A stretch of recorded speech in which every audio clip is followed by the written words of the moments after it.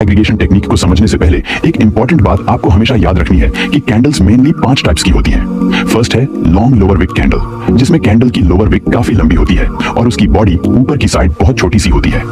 जब यह कैंडल बनती है तो यह हमें बताती है कि इस समय प्राइस को बायर्स कंट्रोल कर रहे हैं। और यह लॉन्ग लोअर विक कैंडल कुछ इस तरह की भी बन सकती है, जिसका मतलब वही होता है। सेकेंड टाइप की जो कैंडल होती है वो है लॉन्ग अपर विक कैंडल। इस कैंडल की अपर विक काफी लंबी होती है और इसकी बॉडी और लोअर विक बहुत छोटी सी होती है। जब यह कैंडल चार्ट पे फॉर्म होती है तो इसका मतलब होता है कि इस समय प्राइस को सेलर्स कंट्रोल कर रहे हैं। लॉन्ग अपर विक कैंडल इनमें से किसी भी प्रकार की फॉर्म हो सकती है। थर्ड टाइप की जो कैंडल होती है वो है bullish marubozu candle. Bullish marubozu candle कुछ इस तरह की होती है जिसमें अपर विक या लोअर विक नहीं होती है, और अगर होती भी है तो बहुत छोटी सी होती है। ये बुलिश मारुबोजू कैंडल वैरायटीज है। ये कैंडल इनमें से किसी भी प्रकार की फॉर्म हो सकती है। फोर्थ टाइप की जो कैंडल होती है वो है बेरिश मारुबोजू कैंडल।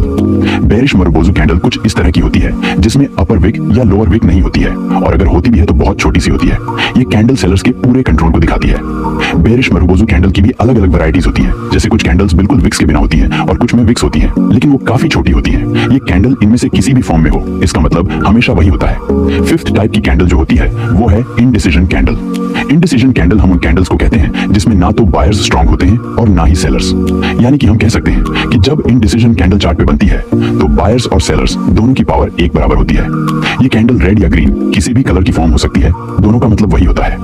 मैं आप लोगों को टाइप्स ऑफ कैंडल्स के बारे में इसलिए बता रहा हूं क्योंकि जब हम कैंडल्स को एग्रीगेट करेंगे तो उनका आउटकम निकल कर आएगा, वो इनमें से ही कोई एक कैंडल होगी। तो चलिए पहले समझते हैं कि कैंडल एग्रीगेशन क्या होता है। दोस्तों, जैसे हम मैथ में 2 या 2 से अधिक डिजिट को जोड़ते हैं तो हमें एक रिजल्ट मिलता है। जैसे मान लीजिए कि जब 2 + 4 को जोड़ते हैं तो हमें इसका रिजल्ट 6 मिलता है। ठीक उसी तरह से ट्रेडिंग में भी जब हम 2 या 2 से अधिक कैंडल्स को जोड़ते हैं तो हमें एक फाइनल रिजल्ट मिलता है जो मार्केट के बिहेवियर को समझने में मदद करता है। ट्रेडिंग में जब हम इस तरह से 2 या 2 से अधिक कैंडल्स को मिलाकर फाइनल आउटकम यानी सिग्नल निकालते हैं तो इसे हम कैंडल एग्रीगेशन कहते हैं। मान लीजिए एक ग्रीन कैंडल है जो बायर्स के कंट्रोल को दिखाती है और एक रेड कैंडल है जो सेलर्स के कंट्रोल को दिखाती है। जब हम इन दोनों कैंडल्स को जोड़ते हैं तो हमें एक क्लियर पिक्चर मिलती है मार्केट के ओवरऑल सेंटीमेंट के बारे में। ये कॉम्बिनेशन हमें बताता है कि मार्केट किस डायरेक्शन में जाने वाला है और किस तरफ ज्यादा प्रेशर है।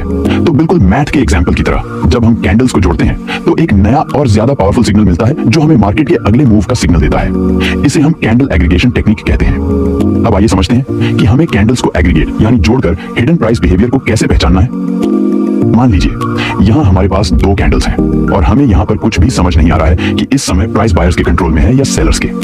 तो चलिए अब इन कैंडल्स को एग्रीगेट करके समझते हैं कि इन दोनों कैंडल्स के पीछे का हिडन बिहेवियर क्या है और मार्केट हमें क्या सिग्नल दे रहा है। इन दोनों कैंडल्स को एग्रीगेट यानी जोड़ने के लिए सबसे पहले हमें